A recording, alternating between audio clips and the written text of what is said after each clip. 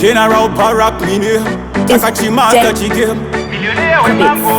Erudo ndaikuchita bed ndaita ugare urise ndapfuma ndaikunyanyira ndikufila worse songu iyi ndaita rehearse udai baby waiterera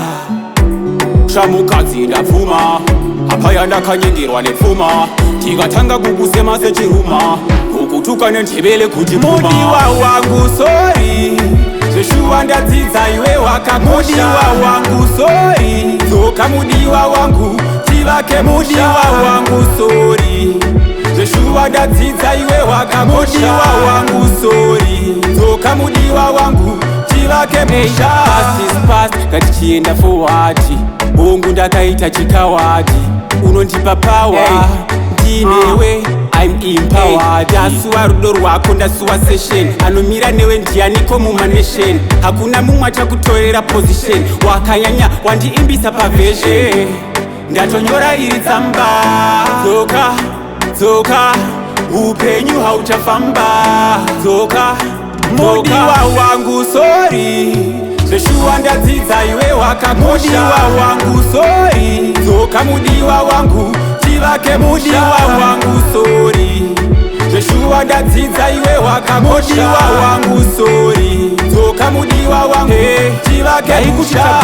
ndaita ugare urise ndapfuma ndaikunyanyira ndikufila worse songu iyi ndaita rehearse udai baby waiterera musha mukadzi ndapfuma apaya ndakanyengerwa nepfuma tikatanga kukusema sechiruma kukutuka nentebele kuti mudiwa wangu sorry zveshuwa ndadzidza iwe wakakosha mudiwa wangu sorry dzoka mudiwa wangu tivake mudiwa wangu sorry zveshuwa ndadzidza iwe wakakosha mudiwa wangu sorry dzoka mudiwa wangu tivake musha past is past ngatichienda forward bongo ndakaita chikawadi unondipa power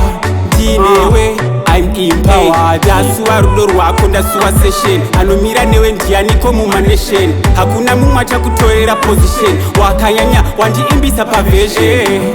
ndatonyora iri tsamba dzoka upenyu hauchafamba dzoka mudiwa wangu sorry zveshuwa ndadzidza iwe wakakosha mudiwa wangu sorry dzoka mudiwa wangu tivake mudiwa wangu sorry zveshuwa ndadzidza iwe wakakosha mudiwa wangu sorry dzoka mudiwa wangu tivake musha